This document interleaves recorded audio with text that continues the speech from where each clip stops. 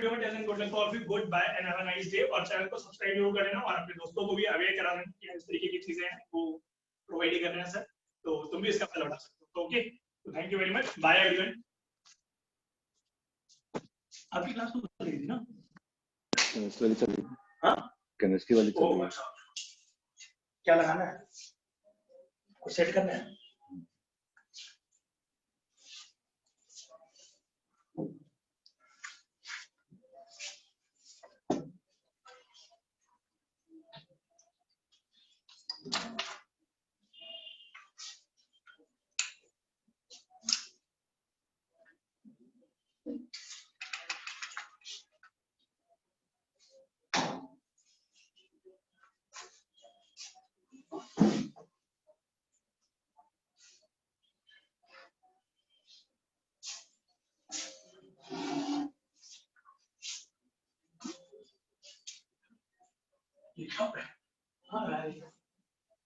White wait कैसे आ रहा है? ये मोबाइल है ना। अच्छा, तो एंटर कर।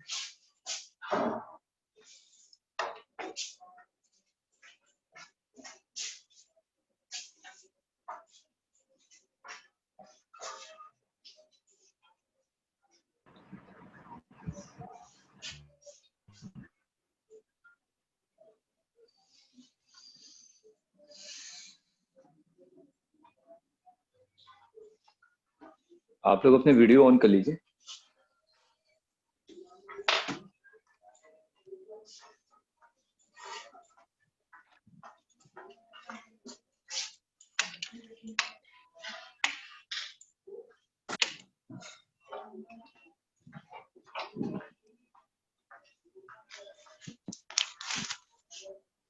मेरी वॉइस क्लियर है सभी को? Yes sir. ठीक है।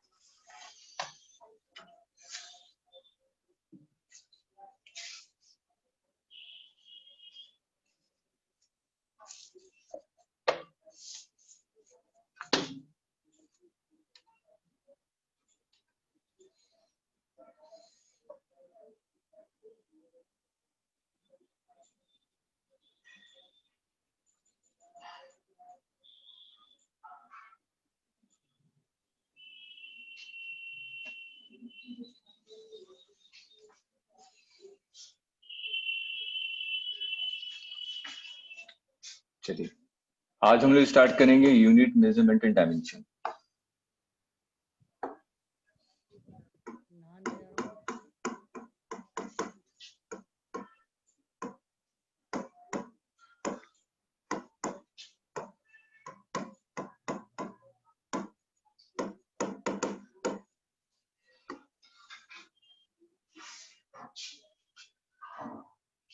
अब देखिए, बिल्कुल बेसिक्स हम लोग स्टार्ट करते हैं। फिजिकल क्वांटिटी, अगर आपको फिजिकल क्वांटिटी डिफाइन करना है तो फिजिकल क्वांटिटी आप लोग कैसे डिफाइन करते हैं?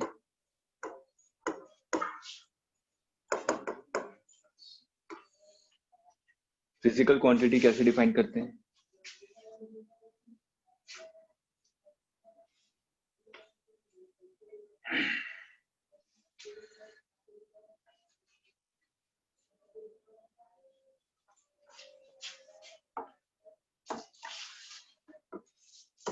Quantities which can be measured for analysis purpose.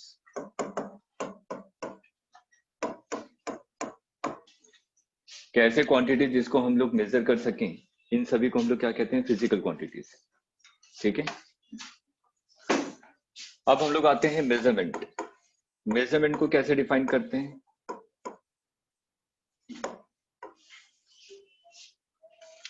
Measurement को कैसे डिफाइन करेंगे?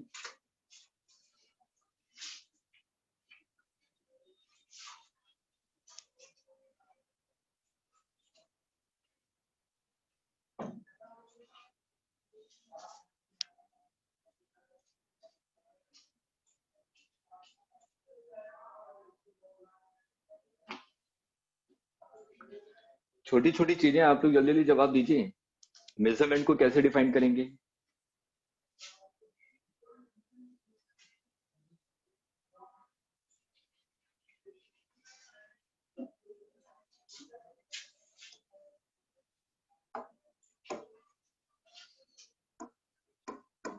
Comparison with reference standard.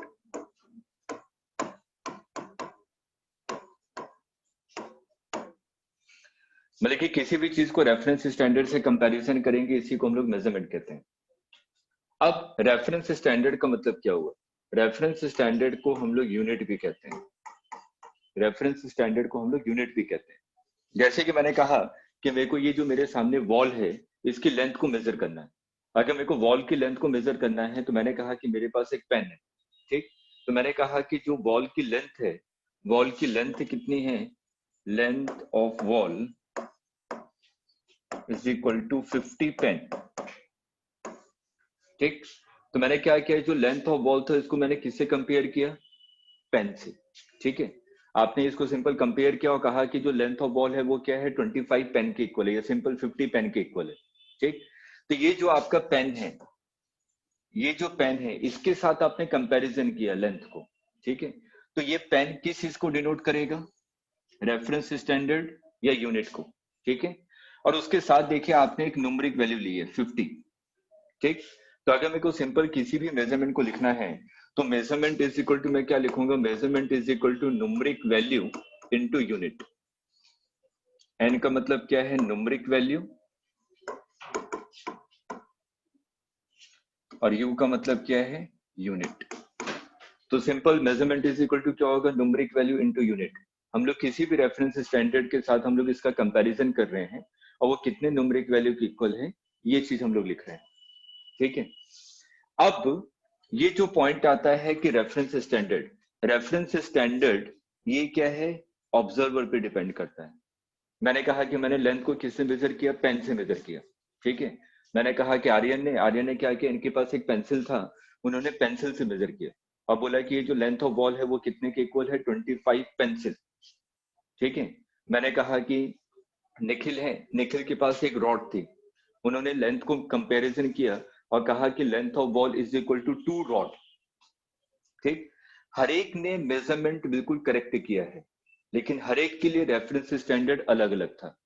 Aryan ने पेंसिल मान लिया, निखिल ने एक रॉड मान लिया, उसके साथ इसका कंपैरिजन किया, ठीक है। अब दोनों लोग मेरे पास आए और उन्होंने मेरे को डेटा दिया कि सर जो वॉल की लेंथ है वो आपकी 2 रॉड के इक्वल है, और आर्यन ने कहा कि सर ये 25 पेंसिल के इक्वल है। मैं कंफ्यूज हो गया, ठीक है, क्योंकि मेरे को ना ही पेंसिल के बारे में पता था कि पेंसिल की एक्चुअल लेंथ क्या है, ना ही मेरे को रॉड के बारे में पता था कि रॉड की एक्चुअल लेंथ क्या है।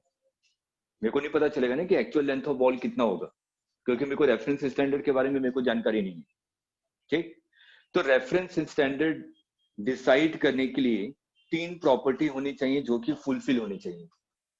मैं तो रेफरेंस स्टैंडर्ड किसी को भी मान सकता हूँ, लेकिन मानने से पहले कुछ रूल्स और रेगुलेशंस हैं, अगर वो फॉलो करेंगे तभी मैं उस रेफरेंस स्टैंडर्ड को मान सकता हूं, अदरवाइज उसको मान नहीं सकता। तो कौन कौन सी प्रॉपर्टीज फुलफिल होनी चाहिए? First, internationally accepted.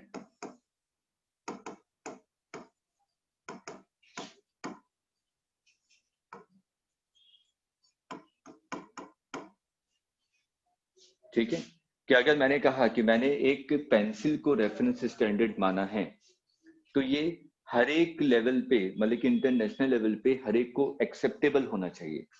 आर्य ने कहा कि मैं नहीं मानता, कि मैं पेंसिल को रेफरेंस स्टैंडर्ड नहीं मानता, तो उस पेंसिल को मैं रेफरेंस स्टैंडर्ड नहीं मान सकता अगर कोई भी एक डिनाई करता है तो, ठीक है।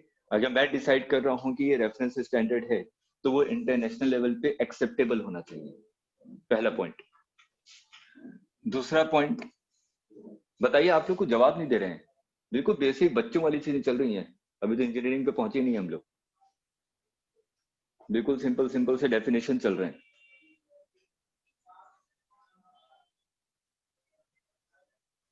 बताइए, सोच के बताइए, और दूसरा पॉइंट क्या होना चाहिए?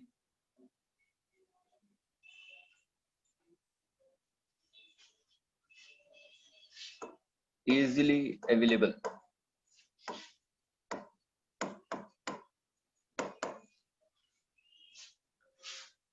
मैंने कहा कि अगर मैंने किसी पेन को रेफरेंस स्टैंडर्ड माना है तो वो पेन हर एक के पास अवेलेबल होना चाहिए। ठीक है, मैंने पेन को रेफरेंस स्टैंडर्ड मान लिया और मेरे को पता चला कि आर्यन के पास तो पेन है ही नहीं, तो वो कैसे मेजर करेंगे? ठीक है, तो अगर मैं किसी को भी रेफरेंस स्टैंडर्ड मान रहा हूं तो वो हर एक के पास इजिली अवेलेबल होना चाहिए। ठीक है, third most important point, time invariance.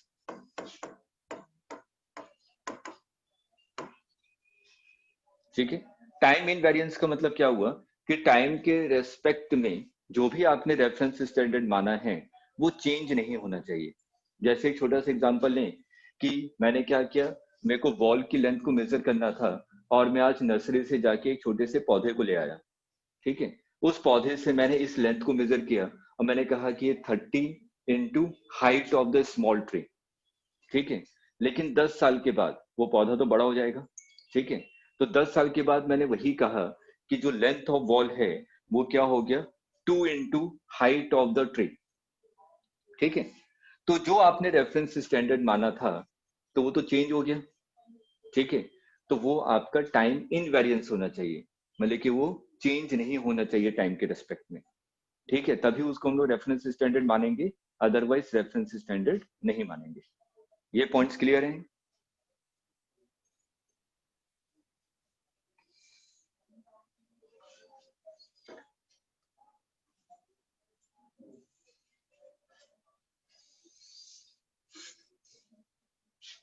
अब एक छोटा सा क्वेश्चन जो एग्जाम में बहुत सालों पहले पूछा गया था।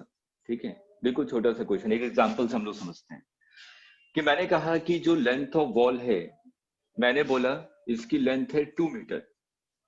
ठीक है, निखिल आए, इन्होंने कहा नहीं सर 200 सेंटीमीटर। ठीक है, अनुष्का आई, उन्होंने कहा नहीं सर 2000 मिलीमीटर। सब तो लेंथ को ही है। ठीक, सब चीजें लेंथ ही है, लेकिन अगर मैं यहाँ पे ध्यान से देखूं, पहले वाले में यूनिट क्या है, मीटर, सेकंड वाले में यूनिट क्या है, सेंटीमीटर, और थर्ड वाले में यूनिट क्या है, मिलीमीटर। ठीक, यहाँ पे अगर मैं इस चीज को ऑब्जर्व कर रहा हूं तो मैंने कहा कि जो भी यूनिट्स हैं, यहाँ पे यूनिट क्या थी, मीटर, सेंटीमीटर एंड मिलीमीटर। अगर यूनिट की वैल्यू डिक्रीज हो रही है, अगर यूनिट की वैल्यू डिक्रीज हो रही है, मीटर, सेंटीमीटर और मिलीमीटर में सबसे बड़ी वैल्यू किसकी होती है, मीटर की। ठीक, अगर यूनिट की वैल्यू डिक्रीज हो रही है तो जो न्यूमरिक वैल्यूज हैं, ये जो न्यूमरिक वैल्यूज हैं ये क्या होंगी, इंक्रीज। ठीक, अगर न्यूमरिक वैल्यू अगर आपकी इंक्रीज हो रही है तो यूनिट की वैल्यू क्या होगी, डिक्रीज होगी। ठीक, तो एक सिंपल सा कॉन्सेप्ट निकल के आया कि मेजरमेंट n इंटू यू, ये क्या रहता है किसी भी ऑब्जेक्ट के लिए, कांस्टेंट। ठीक है, बहुत सालों पहले ये क्वेश्चन पूछा गया था कि n into you, numeric value और यूनिट की जो प्रोडक्ट है ये हमेशा क्या रहता है, कांस्टेंट। अगर u की वैल्यू इंक्रीज हो रही है तो न्यूमरिक वैल्यू क्या करेगी, डिक्रीज होगी। ठीक है, vice and versa.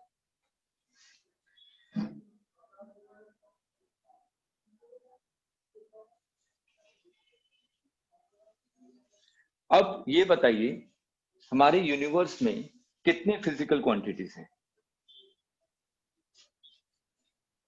Physical quantity का मतलब क्या हुआ, जिसको मैं मेजर कर सकूं। नहीं निखिल, 7 तो फंडामेंटल है, इनफाइनाइट, इनफाइनाइट फिजिकल क्वांटिटीज हैं। ठीक है, हमारे यूनिवर्स में इनफाइनाइट फिजिकल क्वांटिटी, जितनी भी चीजें आप लोग ऑब्जर्व कर रहे हैं वो सभी चीजें मेजरेबल है। ठीक है, तो हमने तो ये डिफाइन किया था कि सिंपल फिजिकल क्वांटिटी का मतलब क्या है, वैसे क्वांटिटी जिनको मैं मेजर कर सकूं। ठीक, तो हमारे पास यूनिवर्स में जितनी भी चीजें मेरे को नजर आ रही हैं मैं हर एक को मेजर कर सकता हूँ। लाइट, उसकी इंटेंसिटी मेजर कर सकता हूँ। ठीक है, एनर्जी, उसमें एनर्जी कितनी है वो मेजर कर सकता हूँ। कोई कार मूव करी उसकी स्पीड मेजर कर सकता हूँ, एक्सेलरेशन कितना है, प्रेशर कितना है, बहुत सारी चीजें, मतलब कि हर एक चीजें आपकी क्या है, मेजरेबल है। अगर मैं हर एक फिजिकल क्वांटिटी के लिए अलग अलग रेफरेंस स्टैंडर्ड मान लूं तो कितने रेफरेंस स्टैंडर्ड हो जाएंगे, इनफाइनाइट। ठीक है, हर एक फिजिकल क्वांटिटी के लिए मैंने अलग अलग रेफरेंस स्टैंडर्ड मान लिया तो मेरे पास इनफाइनाइट यूनिट्स हो जाएंगे। और इनफाइनाइट यूनिट्स को याद रखना इम्पॉसिबल है। ठीक है, इन्फिनिटी का टर्म ही है कि इन्फिनिटी है तो उन सब चीजों को हम लोग लर्न नहीं कर सकते। इन सब चीजों से बचने के लिए एक सिस्टम बनाया गया। ठीक है, आज आपको लग रहा हो कि हाँ 11th क्लास पढ़ रहे हैं, ठीक है, हाफ एन आवर हम लोग ऐसे ही चलेंगे, बिल्कुल डायरेक्ट हम लोग उसी पे आ जाए तो कुछ फायदा नहीं है ना। आपके छोटे भाई बहन ने पूछ लिया, अच्छा आईटी दिल्ली तो पहुंच गए, अच्छा ये तो बताओ फिजिकल क्वांटिटी क्या होती है। ठीक, तो हमें छोटी छोटी चीजें भी आनी चाहिए। तो हमने एक सिस्टम ऑफ मेजरमेंट बनाया।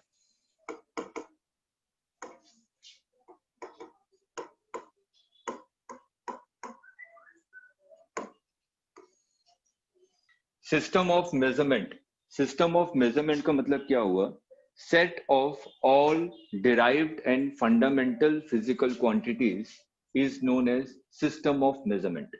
जैसा आप लोगों को पता है कि हम लोग फंडामेंटल क्वांटिटीज डिफाइन करते हैं और डिराइव्ड क्वांटिटी डिफाइन करते हैं।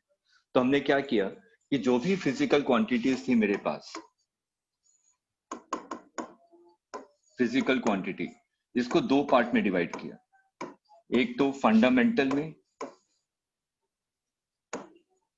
और दूसरा डिराइव्ड में। ठीक है, अब मेरे लिए चीजों को लर्न करना आसान हो गया, मैंने पहले ही फंडामेंटल बना लिया कि अब मैं जो भी चीजें डिफाइन करूंगा फंडामेंटल के हिसाब से डिफाइन करूंगा। ठीक, तो 1971 से पहले जो हमारे पास फंडामेंटल क्वांटिटीज थे वो तीन थे, मास, लेंथ एंड टाइम। ठीक है, 1971 से पहले मेरे पास तीन फंडामेंटल क्वांटिटीज थे। ठीक, मास के लिए लेंथ और टाइम। ठीक है, अब डिराइव्ड क्वांटिटी आप लोगों को पता है, जैसे कि मेरे को स्पीड को डिफाइन करना है, speed is equal to distance upon time. Distance का मतलब क्या हुआ, लेंथ, लेंथ की यूनिट क्या है मीटर, और टाइम का सेकंड, तो इसकी यूनिट क्या आ गई, मीटर पर सेकंड। तो ये डिराइव्ड यूनिट हो गया। ठीक है, तो हमने बेसिकली फंडामेंटल डिफाइन कर दिया कि तीन फंडामेंटल की मदद से जितने भी फिजिकल क्वांटिटी हैं मैं उसको डिफाइन कर सकता हूं। ठीक है, अब आगे बढ़ते हैं। जैसे कि आप लोगों ने पढ़ा है कि सिस्टम ऑफ मेजरमेंट में तीन चीजें आती हैं। सिस्टम ऑफ मेजरमेंट में तीन चीजें कौन कौन सी थी, सीजीएस, एमकेएस और एफपीएस, याद है ना।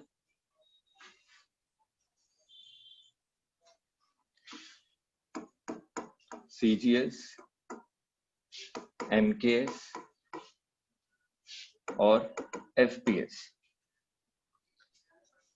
अब ये जो सीजीएस, एमकेएस, एफपीएस ये आई कैसे, थोड़ा सा सोचिए कि अगर हम लोग बहुत 100-200 साल पहले की बात करें तो बहुत सारे कंट्रीज थे जो कि डिपेंडेंट थी, मतलब कि उस पर दूसरी कंट्री राज करी। जैसे इंडिया की ही बात करें, यहाँ पे ब्रिटिश राज कर रहे थे।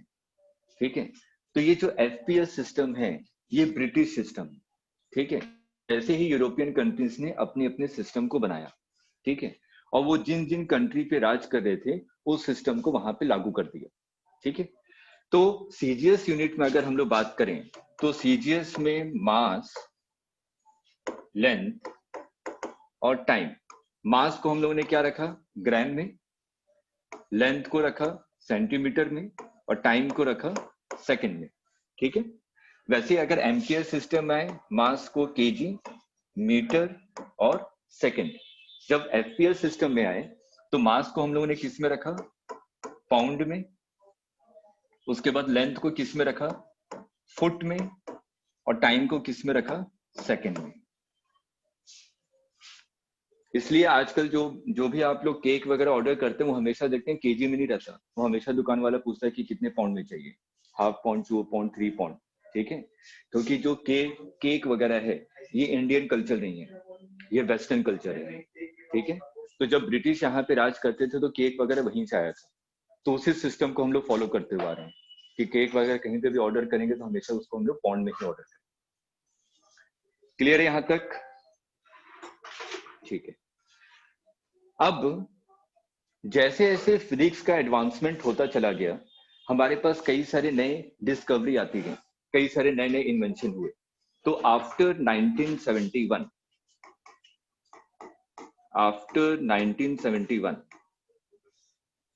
कई सारे ऐसे फिजिकल क्वांटिटी आए जिनको मैं 3 फंडामेंटल क्वांटिटी की मदद से डिफाइन नहीं कर पा रहा था। हमारे पास तो 3 ही फंडामेंटल क्वांटिटीज थे, मास, लेंथ और टाइम। लेकिन जैसे जैसे फिजिक्स का एडवांसमेंट होता चला गया तो कई सारी जो नई चीजें आ रही थी उनको मैं इन तीनों के टर्म की मदद से टाइम को, बेटा ये ऐसा कुछ नहीं है, उसके लिए कुछ रूल बनाया गया, टाइम को सेकंड में ही रखा गया। उसके लिए ये नहीं कि तीनों सिस्टम में टाइम को सेकंड में ही क्यों रखा, ये था जो सिस्टम उन्होंने गठित किया, जो बनाया, उसमें टाइम को उन्होंने सेकंड नहीं माना।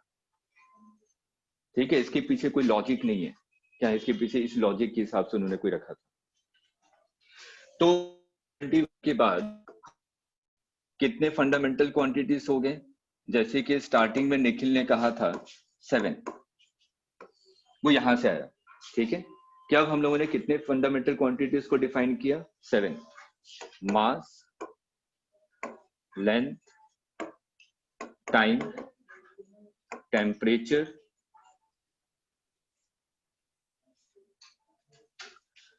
करंट, अमाउंट ऑफ सब्सटेंस,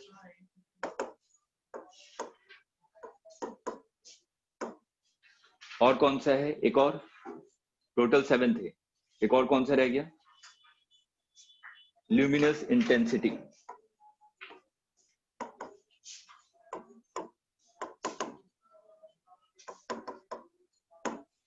ठीक है, मास के लिए यूनिट क्या रखी गई, केजी, लेंथ के लिए मीटर, टाइम के लिए सेकंड, टेम्परेचर के लिए केल्विन, करंट के लिए एम्पियर, अमाउंट ऑफ सब्सटेंस मोल, और ल्यूमिनस इंटेंसिटी कैंडेला। ठीक, इसके साथ साथ हम लोगों ने 2 सप्लीमेंट्री क्वांटिटीज को डिफाइन किया। सप्लीमेंट्री क्वांटिटीज कौन कौन सी थी,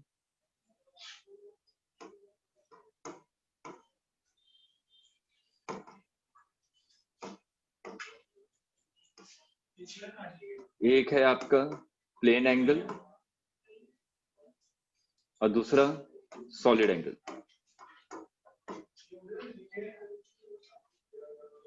ठीक है, प्लेन एंगल की यूनिट क्या थी, रेडियन, और सॉलिड एंगल की यूनिट स्टेरेडियन। ठीक है, सॉलिड एंगल का कॉन्सेप्ट हमारे लिए इंपॉर्टेंट है, मैं बताता हूँ। इस कॉन्सेप्ट से हम लोग कई सारे न्यूमेरिकल सॉल्व करेंगे, खासतौर पे इंजीनियरिंग में सॉल्व किए जाते हैं। अब वो 2 पार्ट आते हैं जब हम लोग इलेक्ट्रोस्टैट में गॉस लॉ से रिलेटेड क्वेश्चन करते हैं। ठीक है, और ग्रेविटेशन में जब हम लोग ब्रॉडकास्टिंग के बारे में बात करते हैं, वहां पे हम लोग जियो स्टेशनरी सैटेलाइट वगैरह डिफाइन करते हैं, तो वहां पे हम लोग इस कॉन्सेप्ट से न्यूमेरिकल को सॉल्व करेंगे कि सॉलिड एंगल के कॉन्सेप्ट से। हम लोग ये कॉन्सेप्ट, नए कॉन्सेप्ट को इसलिए इंट्रोड्यूस करते हैं ताकि न्यूमेरिकल पोर्शन में जो टाइम लग रहा है वो हमारा कम हो जाए, इजी वे में हम लोग न्यूमेरिकल को सॉल्व करें। ठीक है, चलिए अब आगे बढ़ते हैं। प्लेन एंगल आपको पता है, प्लेन एंगल की अगर हम लोग बात करें तो प्लेन एंगल को कैसे डिफाइन करते हैं। मैंने कहा कि कोई भी सर्कल का एक छोटा सा आर्क है, ठीक है, सर्कल का कोई छोटा सा पार्ट है, ये सेंटर पे जितना एंगल सबटेंड करता है यही क्या होता है, प्लेन एंगल। सर्कल का पार्ट जो कि सेंटर पे एंगल सबटेंड करे उसी को हम लोग क्या कहते हैं, plane angle. Theta is equal to arc length divided by radius. Theta is equal to arc length divided by radius. अगर मैं कंप्लीट सर्कल के बारे में बात करूं, फॉर कंप्लीट सर्कल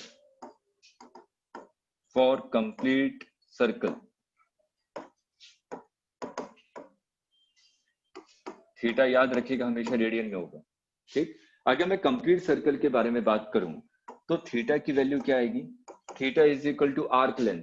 अगर पूरा कंप्लीट सर्कल लूं तो आर्क लेंथ कितना हो जाएगा, सर्कमफेरेंस के equal, that means 2 pi r divided by radius. तो थीटा इज इक्वल टू क्या आ गया, 2 पाई रेडियन। ठीक, और मेरे को डिग्री में पता है कि जो पूरा कंप्लीट सर्कल है सेंटर पे कितना एंगल सब्सटेंड करता है 360 डिग्री। तो हम लोग रिलेशन यहीं से निकालते हैं कि 360 degree is equal to 2 pi radian. तो यहां से आपने लिखा pi is equal to 180 degree, ये सबको पता है, ठीक है। चलिए, तो अब हम लोग इस पे न्यूमेरिकल वगैरह मैं इसमें सॉल्व नहीं करवा रहा हूँ कि न्यूमेरिकल कैसे इस पे सॉल्व करते हैं, ये तो पता है ना कि डिग्री को रेडियन में, रेडियन को डिग्री में। 11th में करवाता हूँ, इसमें मैं 8-10 क्वेश्चन करवाता हूँ प्रैक्टिस के लिए, लेकिन आप लोगों को नहीं करवा रहा हूँ, ठीक है। मैं जानता हूँ कि आप लोग कर सकते हैं।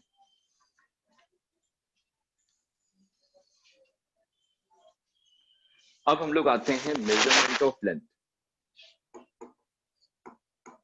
Measurement of length,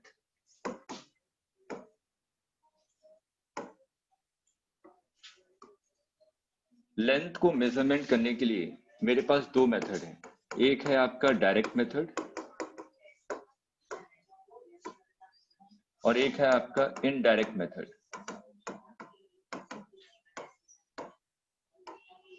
direct method का मतलब क्या हुआ? डायरेक्ट मेथड का मतलब क्या हुआ कि मैं डायरेक्टली किसी भी इंस्ट्रूमेंट से लेंथ को मेजर कर सकूं, ठीक है। मेरे पास कोई स्केल है, मैंने डायरेक्ट लगाया और मैंने ऑब्जेक्ट की लेंथ को मेजर कर लिया, ठीक। इसमें कौन कौन सी स्केल हम लोग यूज करते हैं, याद है कुछ? कौन कौन से स्केल यूज कर सकते हैं? सभी लोगों को पता है, आप लोग कुछ बोल नहीं रहे। बाई मीटर स्केल जो हम लोग घर में यूज करते हैं, ठीक है। जो सिंपल स्केल हम लोग घर में यूज करते हैं वो क्या होता है? Metre scale. इसमें एक डिवीजन की वैल्यू कितनी होती है? एक डिवीजन की वैल्यू कितनी होती है? 0.1 सेंटीमीटर, है ना। तो यहाँ पे हम लोग मिनिमम कितना मेजर कर सकते हैं? 0.1 सेंटीमीटर। दूसरा, निखिल ने बताया वर्नियर कैलिपर। वर्नियर कैलिपर, इससे मिनिमम हम लोग कितना मेजर कर सकते हैं? जो स्टैंडर्ड वर्नियर कैलिपर हम लोग यूज करते हैं लैब में, 0.01 सेंटीमीटर। और थर्ड हमारे पास क्या है? Screw gauge. स्क्रू गेज से मिनिमम कितनी मेजर कर सकते हैं हम लोग? 0.001 सेंटीमीटर। ये मैं स्टैंडर्ड स्केल के बारे में बात कर रहा हूँ, ठीक है, जो हम लोग लैब में रखते हैं अपने पास। अब हम लोग आते हैं इनडायरेक्ट मेथड। इनडायरेक्ट मेथड, जैसे कि मैंने कहा कि यहाँ से मून की कितनी डिस्टेंस है, तो यहाँ पे स्केल से तो मेजर नहीं करेंगे कि यहाँ से कोई मैं 1 मीटर की स्केल लूं और मून तक जाऊं कि हाँ सर इतनी डिस्टेंस है। अब इनडायरेक्ट मेथड में हम लोग क्या करते हैं? अपने दिमाग का यूज करते हैं, ठीक है, कि हम लोग इससे पता लगा सकें कि हाँ सन की डिस्टेंस या मून की डिस्टेंस कितनी है। तो इसमें बिल्कुल सही आशुतोष, पैरेलैक्स मेथड। तो यहाँ पे दो चीजें आती हैं, जैसे कि मेरे को यहाँ से सन की डिस्टेंस मेजर करनी है या मून की डिस्टेंस मेजर करनी है। इसका मतलब अगर मैं किसी भी डिस्टेंट ऑब्जेक्ट की डिस्टेंस को मेजर करना चाहता हूँ जो यहाँ से काफी दूर है, उसके लिए मैं कौन सा मेथड यूज करता हूँ? Parallax method.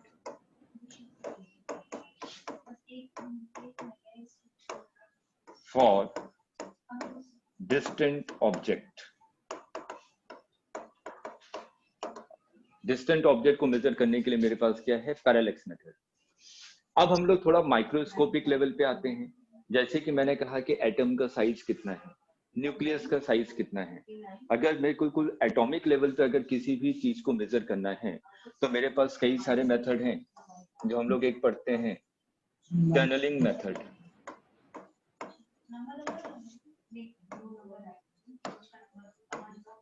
माइक्रोस्कोपिक लेवल पे अगर हमें सब एटॉमिक पार्टिकल या उसके न्यूक्लियस की साइज या एटम की साइज के बारे में पता लगाना है तो हमारे पास एक मेथड है टनलिंग मेथड।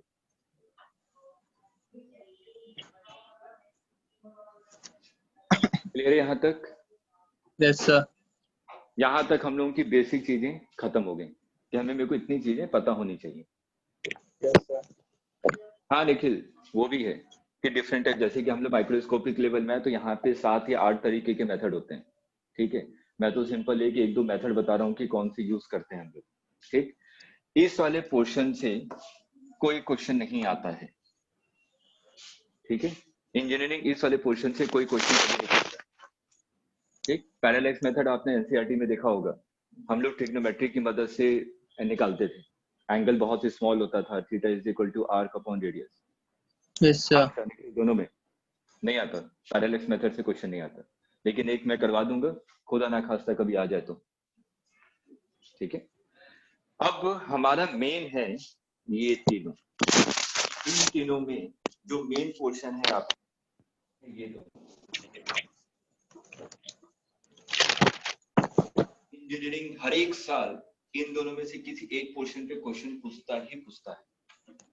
कभी वो स्क्रू केस से पूछ लेगा, कभी वर्नियर कैलिपर से पूछ लेगा, कभी वो मेंस में पूछेगा, या तो कभी एडवांस में पूछेगा। ठीक है, 99% प्रोबेबिलिटी है कि इन दोनों से किसी एक पोर्शन पे वो क्वेश्चन जरूर पूछेगा एग्जाम में। ठीक है, तो हम लोग इसी पे ज्यादा ध्यान देंगे, वर्नियर कैलिपर और स्क्रू गेज पे। ठीक है, और इसके अलावा मैं एक क्वेश्चन करवा दूंगा पैरेलैक्स मेथड पे जो एनसीईआरटी से रिलेटेड हो। ठीक, Yes, sir. अब हम लोग आगे बढ़ते हैं।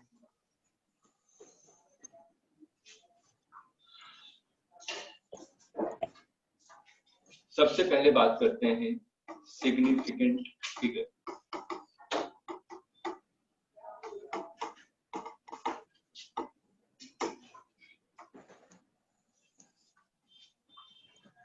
अगर मैं सिग्निफिकेंट फिगर के बारे में बात करूं तो सिग्निफिकेंट फिगर से आप क्या समझते हैं? सिग्निफिकेंट फिगर से क्या समझते हैं?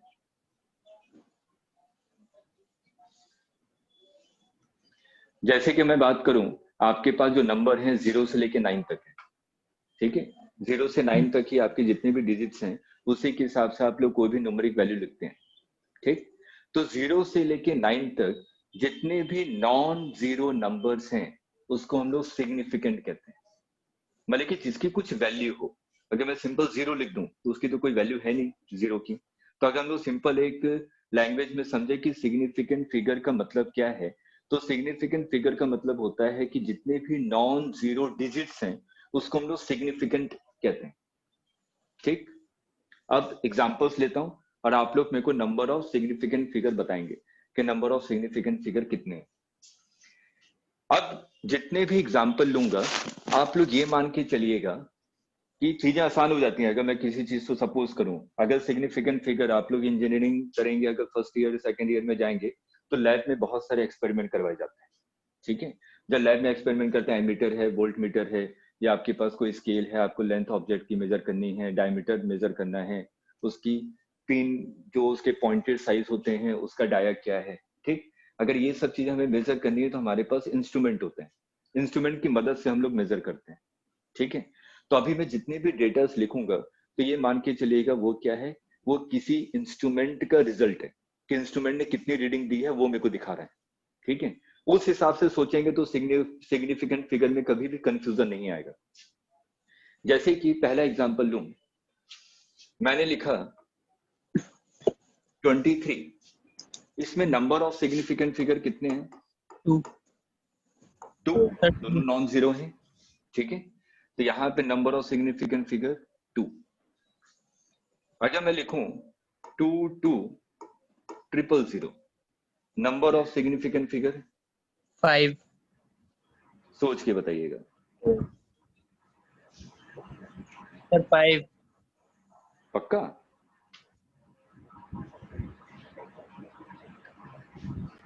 5 नहीं है, 2 हैं।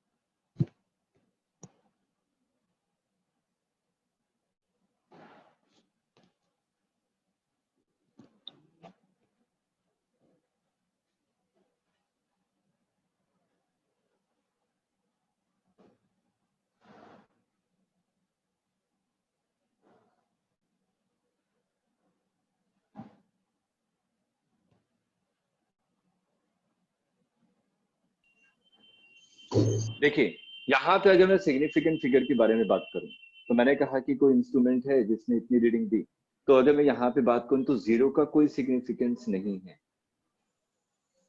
अभी मैंने यही बताया था कि सिग्निफिकेंट फिगर का मतलब क्या होता है, नॉन जीरो डिजिट्स। ठीक है, तो नॉन जीरो डिजिट्स की अगर मैं यहाँ पे बात करूं तो कितने हैं, दो। 2 ठीक है, तो यहाँ पे नंबर ऑफ सिग्निफिकेंट फिगर कितने हो जाएंगे, 2। अब इसी एग्जांपल को अगर मैं ऐसा लूं, मैंने लिखा 2.2000, अब नंबर ऑफ सिग्निफिकेंट फिगर कितने हो जाएंगे,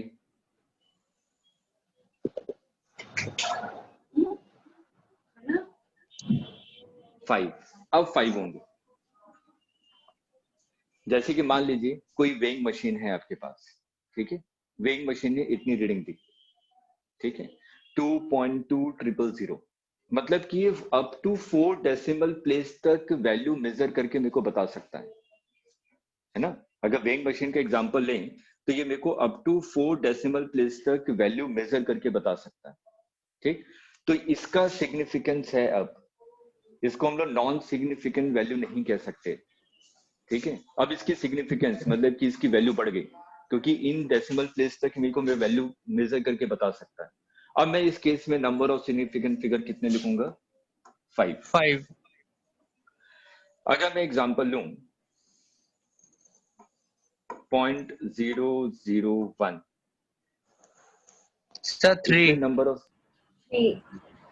सोच कर, 3 गलती नहीं होनी चाहिए, सर 1 1 1। 1 जब भी सिग्निफिकेंट फिगर हम लोग काउंट करते हैं तो याद रखिएगा, जीरो को कब काउंट करते हैं, जब वो नॉन जीरो के आगे हो। ठीक, और जीरो को काउंट कब नहीं करते हैं, जब वो नॉन जीरो से पहले हो। जैसे यहाँ पे अगर मैं बात करूं कि ये 1 है, ये नॉन जीरो नंबर पहला आया 1, ठीक है, इससे पहले जो वैल्यू है सभी जीरो है, तो इसका कोई सिग्निफिकेंस नहीं है। यहाँ पे नंबर ऑफ सिग्निफिकेंट फिगर हो जाएंगे 1। अगर मैं यही क्वेश्चन ऐसे लिखता 0.0100, अब नंबर ऑफ सिग्निफिकेंट फिगर कितने हो जाते,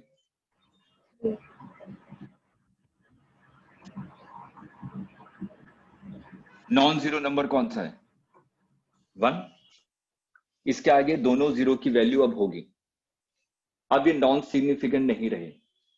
तो सिंपल आपने क्या सीखा कि अगर डेसिमल में ऐसा कुछ लिखा हुआ है तो सबसे पहले हम लोग नॉन जीरो डिजिट को देखेंगे। अगर नॉन जीरो डिजिट से पहले जीरो है वो काउंटेबल नहीं होंगे, अगर नॉन जीरो डिजिट के आगे जीरो लिखा हुआ है तो वो काउंटेबल होंगे। वो एक्यूरेसी की बात अलग है बेटा, सिग्निफिकेंट बात अलग है और एक्यूरेसी अलग है, दोनों अलग अलग टर्म्स हैं। ठीक है, उसको हम लोग एक्यूरेसी, लिस्ट काउंट वगैरह डिफाइन करेंगे अभी आगे चल के। हम लोग तो अभी सिग्निफिकेंट किसकी वैल्यू है बस उसको डिफाइन कर रहे हैं। ठीक, तो यहाँ पे कितने हो जाएंगे, 3, क्योंकि नॉन जीरो के आगे 2 जीरोस आ रहे हैं तो ये काउंटेबल होंगे। अगर 1.0023, अगर 2 नॉन जीरो के बीच में जीरो आ रहे हैं तो ये काउंटेबल होंगे। ठीक है, अब कितने हो जाएंगे नंबर ऑफ सिग्निफिकेंट फिगर, 5। ठीक है, अब मेरे ख्याल से आप लोगों को क्लियर हो गया होगा कि नंबर ऑफ सिग्निफिकेंट फिगर हम लोग कैसे निकालते हैं। एक और एग्जांपल लेते हैं, कई लोगों को थोड़ा सा कंफ्यूजन होता है।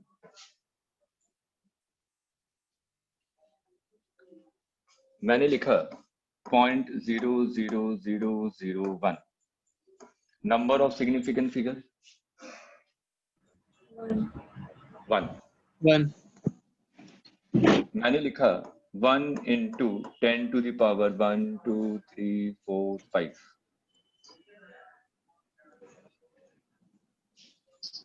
है ना। इसमें नंबर ऑफ सिग्निफिकेंट फिगर 1 1। तो अगर मैं 10 की पावर में लिखता हूं तो इसको हम लोग कहते हैं साइंटिफिक नोटेशन। अगर मैं 10 की पावर में किसी भी न्यूमेरिक वैल्यू को लिख रहा हूं तो इसको हम लोग कहते हैं साइंटिफिक नोटेशन। तो इस चीज में यहाँ पे ध्यान में रखिएगा कि 10 की पावर में जितने भी डिजिट्स आ रहे हैं वो सिग्निफिकेंट फिगर में काउंटेबल नहीं होते हैं, ठीक है। अब इन दोनों से एक क्वेश्चन पूछा गया था इंजीनियरिंग में,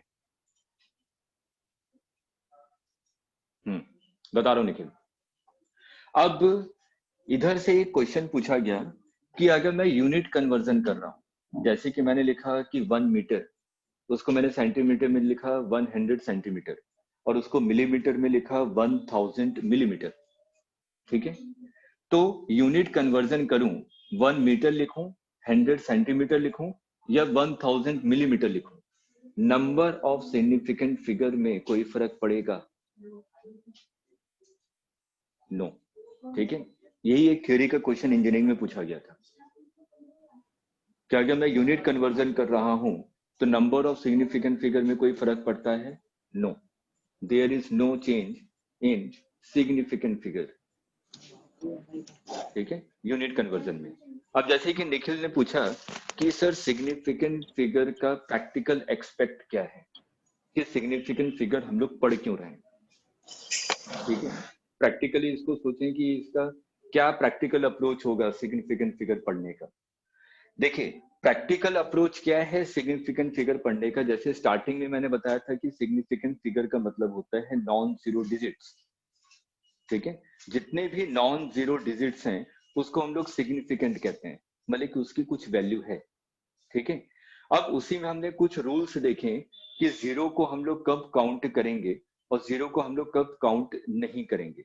जैसे कभी एक छोटा सा एग्जांपल अभी आपने लिया था 1 मीटर, 100 सेंटीमीटर और 1000 मिलीमीटर, ठीक है। अगर मैं इसकी यहाँ पे वैल्यू देखूं तो यहाँ पे सिग्निफिकेंट किसका है? 1 का सिग्निफिकेंस है।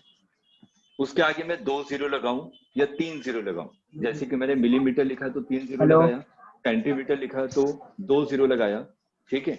तो इन जीरोस का कोई सिग्निफिकेंस नहीं है, सिग्निफिकेंस सिर्फ और सिर्फ किसका है? नॉन जीरो नंबर्स का।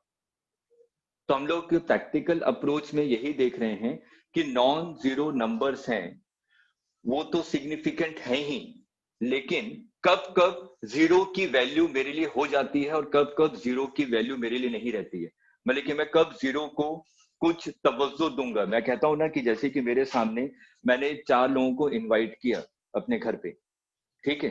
तो मेरे को पता है कि उसमें से एक मेरा बॉस है, ठीक, और 3-4 लोग मेरे फ्रेंड ही ऐसा है, ठीक है।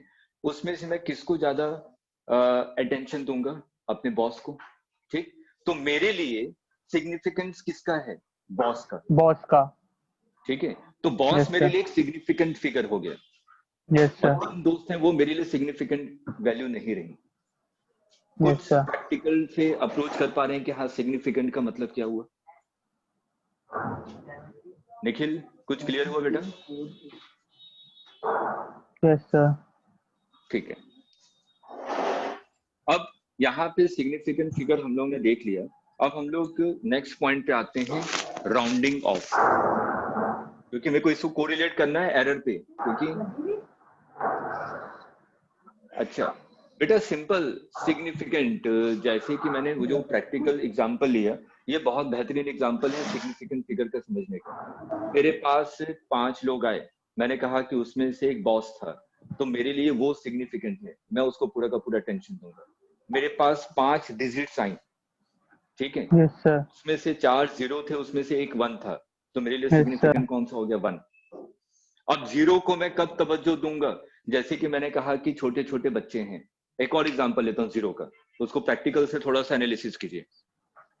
मैंने कहा कि मेरे फ्रेंड भी आए, उनके बच्चे भी आए, ठीक, बॉस भी आया, उनके बच्चे भी आए, और बहुत सारे बच्चे आए। 3 चीजें हैं, फ्रेंड्स के बच्चे आए, बच्चे क्या है? जीरोस हैं, ठीक है। बॉस के बच्चे आए, वो भी जीरोस हैं, ठीक, यस और सर। ऐसे ही बहुत सारे बच्चे आए, ठीक। लेकिन मेरे लिए कौन से जीरो की वैल्यू बढ़ जाएगी? बॉस बॉस के बच्चे, के बच्चे की। ठीक है ना। तो वही यस। चीज मैं यहाँ पे देखना चाह रहा हूं कि जीरो का सिग्निफिकेंस कब बढ़ जाएगा, कि अगर वो नॉन जीरो के बीच में हो, ठीक है, या तो वो नॉन जीरो के राइट हैंड साइड में हो डेसिमल में, ठीक, या तो वो दो नॉन जीरो के बीच में हो, ठीक है। ये सब यस सर। चीजों में जीरो का सिग्निफिकेंस मेरे लिए हो जाता है। अदरवाइज Yes, नहीं sir. रहा। अब कुछ Yes, चीजें sir. समझ में आई? सर Yes, लेकिन sir. ठीक है, सर ये तो समझ आया, लेकिन सर बोलिए बोलिए। सर जैसे 22,000 है, हाँ, तो 22,000 है सर, 22,000 है इसमें तो तो उसमें 22,000 मतलब इसमें जो जीरो है वो तो वैल्यूएबल है। वैल्यूएबल 22,000 मेरे ख्याल से बाबर, जो बेसिक डेफिनेशन है सिग्निफिकेंट फिगर की वो है non zero digit. Significant figure का मतलब क्या होता है? Non zero digit. ये है basic definition of significant figure. ठीक है, अब साइंटिफिक नोटेशन में वो सब चीजें कैसे, जैसे कि मैंने 22,000 लिखा, ठीक है, ये मान लीजिए 22,000 मिलीमीटर है। Yes, sir. इसको अगर मैं सेंटीमीटर में लिखूं, 20 सेंटीमीटर, है ना, ठीक है, मीटर में लिखूंगा तो क्या लिखूंगा? ओके, 22 मीटर, है ना। तो यूनिट कन्वर्जन में आ गया सिग्निफिकेंट सर, फिगर में कोई फर्क ठीक पड़ना है, चाहिए। अब आया? यस सर आ गया, समझ आया। ठीक है, चल अब हम लोग आते हैं राउंडिंग ऑफ, जो सेकंड टॉपिक है इसका, राउंडिंग ऑफ।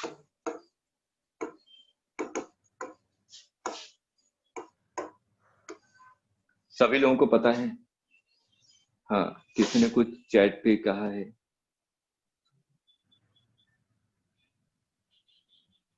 ओके,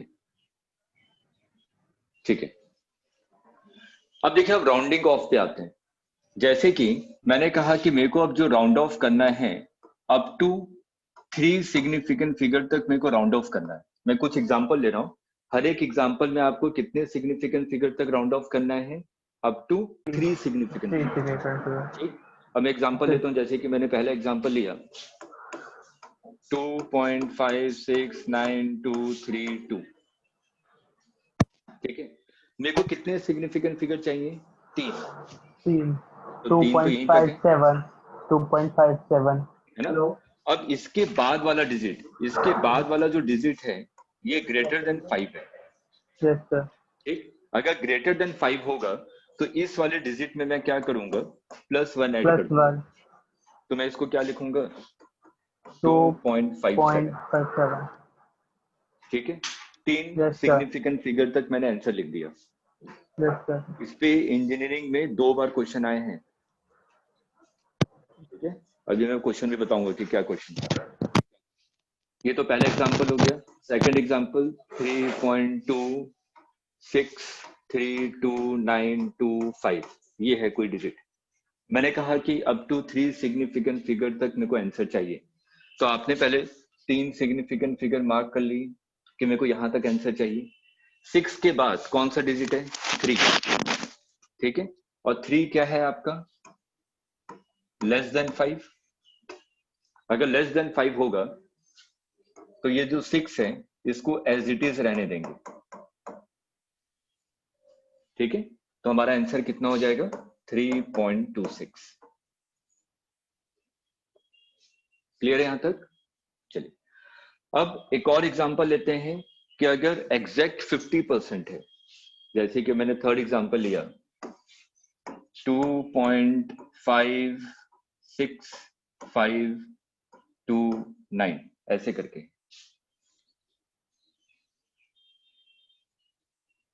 क्या होगा? 2.57. 2 पॉइंट 57.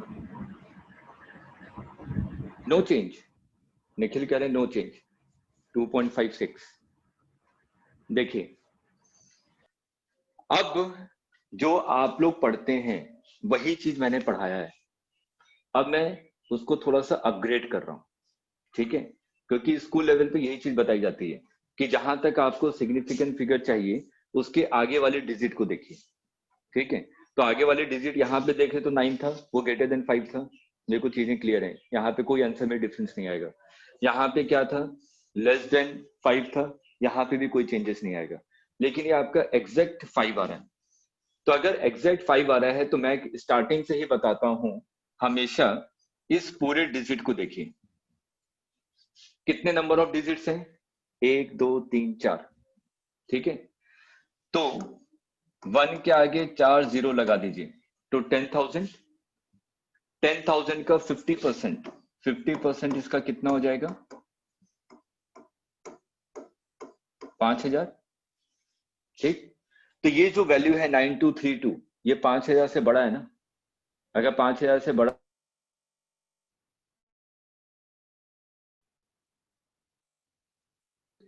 कितने डिजिट है? 1 2 3 4 5, मतलब कि सिंपल वही 2 3 4 5, 100,000 मतलब कि 1 लाख। ठीक है, इसका 50% कितना हो जाएगा?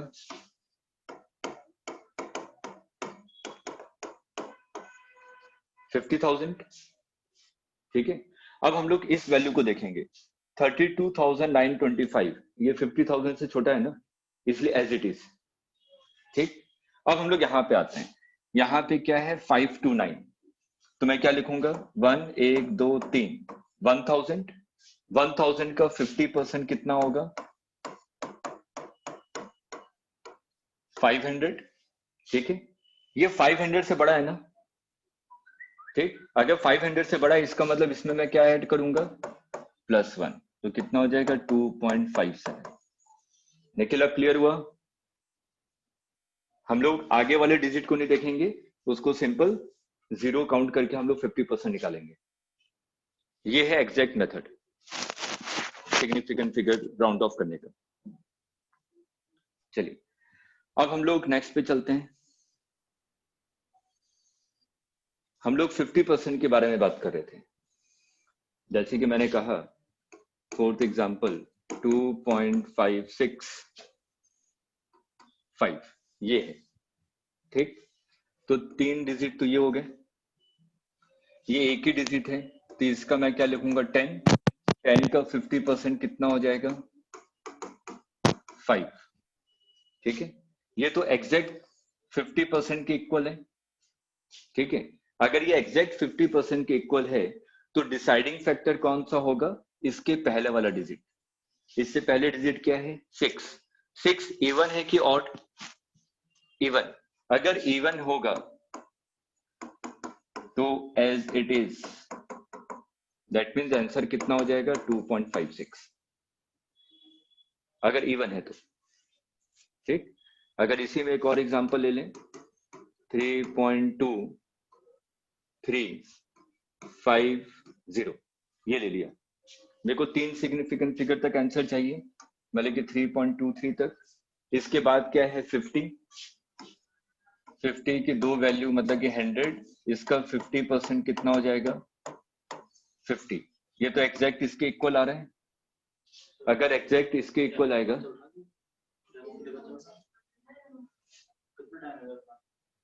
10 मिनट और।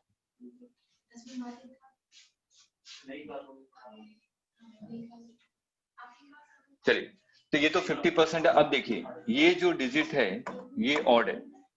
ठीक है, अगर ये ऑड है तो इसमें हम लोग क्या करेंगे? +1, तो ये आंसर कितना हो जाएगा? 3.24।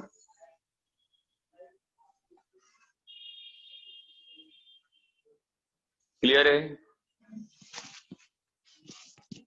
अब राउंड ऑफ में कहीं पे प्रॉब्लम नहीं होनी चाहिए।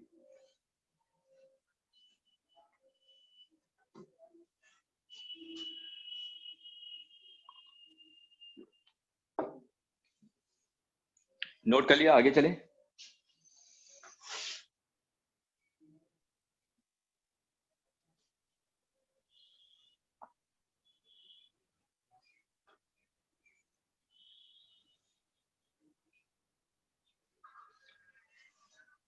बेटा, जो रूल्स बनाए जाते हैं, एग्जांपल देता हूं। जैसे देखिए, निखिल का क्वेश्चन क्या है कि हमने इवन में कोई भी नंबर को ऐड नहीं किया और ऑड वाले में मैंने +1 ऐड कर दिया। ठीक है, तो ये रूल है। ठीक, जैसे कि मैं एक एग्जांपल लेता हूं, आपको चीजें समझ में आ जाएंगी। मैंने कहा कि इंडियन, ठीक है अभिषेक, देखिए जो इंडियन कल्चर है, यहाँ पे मैंने कहा कि आप कुछ भी चीजें करते हैं, जैसे चोरी किया या डकैती की आपने, तो आपको कितने साल की सजा हो सकती है? 6 महीने की या 1 साल की? अगर वही सऊदी में करेंगे तो हो सकता है कि आपको उम्र कैद हो जाए। उनका रूल रेगुलेशन अलग है, ठीक है, उसके पीछे उनका कोई वो नहीं है कि ऐसा क्यों किया, ठीक है। तो वैसे ही जब हमने इसको बनाया था, जब हमने ये सब चीजें बनाई आपकी कि ये रूल्स सिग्निफिकेंट फिगर की, तो ये सिंपल एक रूल बना दिया कि अगर ऐसा होगा तो इसी रूल को हम लोग फॉलो करते हुए चलेंगे, ताकि सब एक ही रूल के अंतर्गत आए, ठीक है। अब जैसे कि एक छोटा सा एग्जांपल और लेता हूँ, चीजें थोड़ी सी और क्लियर हो जाए। जैसे कि कहा कि आपके घर में जो इलेक्ट्रिसिटी आती है, अगर आप कभी भी स्विच बोर्ड को ओपन करके देखेंगे ध्यान से, तो वहां पे 3 वायर आपको नजर आएंगे, ठीक है। कौन कौन से अमूमन वायर आपको नजर आते हैं? हाँ निखिल, कन्वीनियंस के लिए स्टैंडर्ड बनाए गए हैं। हमें कौन कौन से वायर नजर आते हैं? Red, green, Red, blue, green, black, ठीक है। और ब्लैक से हम लोग जाकर क्या करते हैं, ब्लैक वायर यूज करते हैं हम लोग ग्राउंडिंग के लिए, ग्राउंड पर्पस के लिए। आपने देखा होगा ना, एक ऊपर एक बड़ा सा पॉइंटेड बना रहता है, कुछ ऐसे। अगर ये स्विच बोर्ड की बात कर रहे हैं, 3 पिन प्लग, ठीक है, तो ऊपर वाला किसके लिए रहता है? आपका ग्राउंड के लिए, ठीक। और एक आपका न्यूट्रल वायर होता है और एक आपका लाइव वायर होता है, ठीक है। तो जो इंडियन इलेक्ट्रिसिटी रूल बनाए गए हैं, उसके हिसाब से हम लोग क्या करते हैं, ब्लैक को हमेशा किससे कनेक्ट करते हैं? ग्राउंड से, ठीक है। आपने क्या कहा कि मैं एक मकान बना रहा हूं या फ्लैट बना रहा हूं, अब किसी भी अगर इंजीनियर को मैं बुलाऊंगा जो इलेक्ट्रिसिटी कनेक्शन करेगा, तो कुछ ना कुछ तो पैसे लेगा ही। आप पैसे बचाने में आ गए, आपने कहा कि मैं उसको बुलाना नहीं चाहता, ठीक है। अपने मन से आपने यहाँ पे रेड यूज कर लिया, बोलता है कलर अच्छा नहीं लग रहा ब्लैक, इसकी जगह मैं थोड़ा सा येलो यूज कर लेता हूँ, यहाँ पे वॉलेट यूज कर लेता हूँ, यहाँ पे ग्रीन यूज कर लेता हूँ, ठीक है, थोड़ा सा तड़क भड़क करने के लिए, ठीक है। कुछ सालों के बाद कुछ बहुत बड़ा फॉल्ट आ गया आपके घर में, ठीक है। अब इंजीनियर को बुलाना पड़ा क्योंकि अब आपके बस की बात थी नहीं, ठीक। अब इंजीनियर आया, वो तो मेन स्विच बोर्ड को ओपन करेगा, उसको नहीं पता था कि आपने उसमें कलाकारी करके रखी हुई है, ठीक। वो सिंपल उसने सोचा कि ब्लैक वायर है तो ये तो ग्राउंड से है, ठीक है, वो तो यही चलेगा कि आपने स्टैंडर्ड के हिसाब से सब चीजें मेंटेन की हुई हैं। और लाइव वायर के लिए उसने सोचा कि रेड कलर यूज किया है, लेकिन आपने पूरा चेंज कर दिया था। आपने रेड को यहाँ पे ग्राउंड के लिए यूज कर लिया और ब्लैक को आपने लाइव वायर के लिए यूज कर लिया, ठीक है। वो क्या करेगा, ब्लैक वायर को सिंपल अपने हाथों से टच करता है क्योंकि पता है ये ग्राउंडिंग पर्पज के लिए, मेरे को कुछ झटका नहीं लगने वाला। और न्यूट्रल पता है कि इसमें करंट नहीं आ रहा, मेरे को कोई झटका नहीं लगेगा, लेकिन आपकी कलाकारी के कारण वो ऊपर पहुंच गया, ठीक है। तो ये रूल रेगुलेशन बनाए जाते हैं ताकि उसको हम लोग फॉलो करें पूरे। अगर इंडिया में एक ही रूल रेगुलेशन फॉलो करेंगे तब सब चीजें हमारी सिस्टमेटिक वे से चलेंगी, ठीक है। हमारे सिर्फ कन्वीनियंस के लिए, जैसे निखिल ने कहा कि सिर्फ हमारे कन्वीनियंस के लिए ये सब रूल रेगुलेशन बनाए गए हैं, ठीक है। चलिए अब आगे हम लोग चलते हैं मल्टीप्लिकेशन एंड डिवीजन।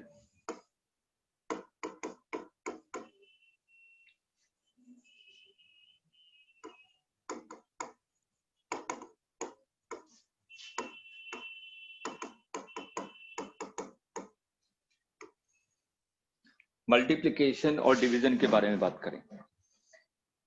अब एक चीज, जैसे कि मैंने कहा कि आपने लिखा 22 इंटू 1, या सिंपल कुछ और डिजिट ले लेते हैं, 1.111 ये लिया, ठीक है। तो देखिए जब भी मल्टीप्लिकेशन या डिवीजन करेंगे, जो भी फाइनल आंसर होगा, फाइनल आंसर में जो सिग्निफिकेंट फिगर होंगे वो कौन से होंगे, जिसके मिनिमम होंगे। अगर मैं इसकी बात करूं, 22 के नंबर ऑफ सिग्निफिकेंट फिगर कितने हैं? 2। एक चीज फिर से चेंज आ गई, ये जो 22 है ये आपका एग्जैक्ट नंबर है, एग्जैक्ट है ना, कोई डेसिमल नहीं है, मतलब एग्जैक्ट नंबर है ये आपका, ठीक। अगर एग्जैक्ट नंबर को मैंने सिंपल ऐसे लिखा और मैंने पूछा कि इसमें नंबर ऑफ सिग्निफिकेंट फिगर कितने हैं, आप क्या कहेंगे, सर 2 हैं, इसमें नंबर ऑफ सिग्निफिकेंट फिगर। मैंने कहा बिल्कुल करेक्ट है, लेकिन अगर मैं एग्जैक्ट नंबर को किसी मैथमेटिकल फॉर्मूले में यूज कर रहा हूं, मैथमेटिकल फॉर्मूले का मतलब क्या, वो मल्टीप्लिकेशन या डिवीजन के किसी भी पार्टिकुलर पार्ट में यूज कर रहा हूं, तो इस एग्जैक्ट नंबर का नंबर ऑफ सिग्निफिकेंट फिगर कितना हो जाता है, इन्फिनिटी।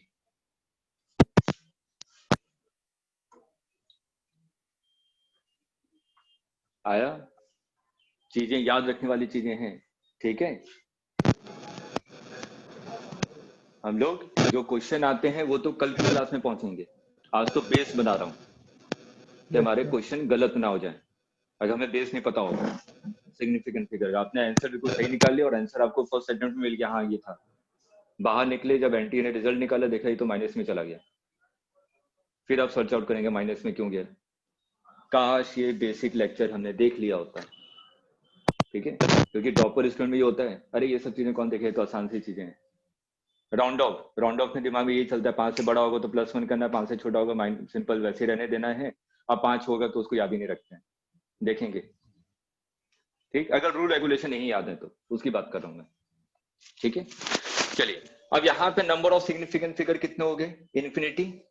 यहाँ पे कितने हुए, 4। तो जो फाइनल आंसर होगा, जो भी फाइनल आंसर इसको मल्टीप्लाई करके निकालेंगे, उसमें नंबर ऑफ सिग्निफिकेंट फिगर कितने होने चाहिए, 4, ठीक है। और सिर्फ अगर ये याद रखते तो हम लोग आंसर में क्या लिख देते, नंबर ऑफ सिग्निफिकेंट फिगर 2, है ना। अगर ये टर्म हमें याद नहीं होता कि इसका तो number of significant figure multiplication या डिवीजन में इन्फिनिटी हो जाता है, तो मैं आंसर में तो 2 ही लिख देता ना, 2 सिग्निफिकेंट फिगर तो राउंड ऑफ करके छोड़ देता। क्लियर है ये, ठीक है। तो ये इंपॉर्टेंट पॉइंट था, इसको लिख लीजिएगा कि मल्टीप्लिकेशन या डिवीजन में अगर एग्जैक्ट नंबर आता है तो वो क्या हो जाएगा, उसका सिग्निफिकेंट फिगर इन्फिनिटी। और आंसर में कितने नंबर ऑफ सिग्निफिकेंट फिगर होने चाहिए, जिसका मिनिमम हो।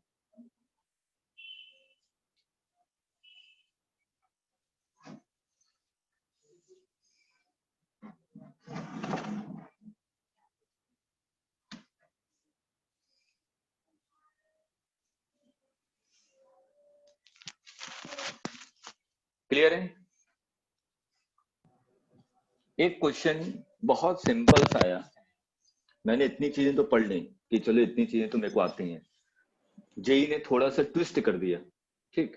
तो उसने क्या लिखा कि एक मेरे पास कोई भी मशीन है, ठीक है, उसका जो वेइंग मशीन है मेरे पास, मान लीजिए, ठीक है, वेइंग मशीन ने मेजर किया 1 2 3 4 kg, इतना वेइंग मशीन का मेजरमेंट आया, ठीक है। वेइंग मशीन ने इतना मेजरमेंट करके बताया।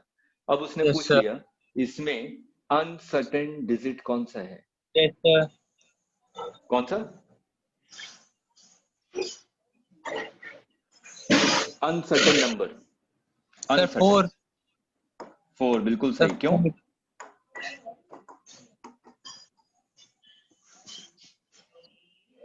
हाँ सही है, 4 है। क्यों, सर उसकी वैल्यू चेंज हो सकती है। जैसे मैं वेइंग मशीन के बारे में बात करूं, अगर ये वेइंग मशीन है, ये मिनिमम कितना मेजर कर सकता है, 1 kg, है ना। तो अगर ये 1 kg मेजर कर सकता है, इसका मतलब ये जो लास्ट वाला डिजिट है 4 वाला, ये थोड़ा डायलेमा वाला है। 4 भी हो सकता है, 5 भी हो सकता है, 2 भी हो सकता है, 1 भी हो सकता है, लेकिन ये तो एग्जैक्ट रहेगा कि मतलब 123 तो आएगा ही आएगा, ठीक है। लेकिन जो इसके आगे वाला 4 नंबर है, इसकी वैल्यू कुछ भी हो सकती है। तो ये जो 4 है, ये क्या होगा, अनसर्टेन, और ये तीनों क्या होंगे, सर्टेन वैल्यू।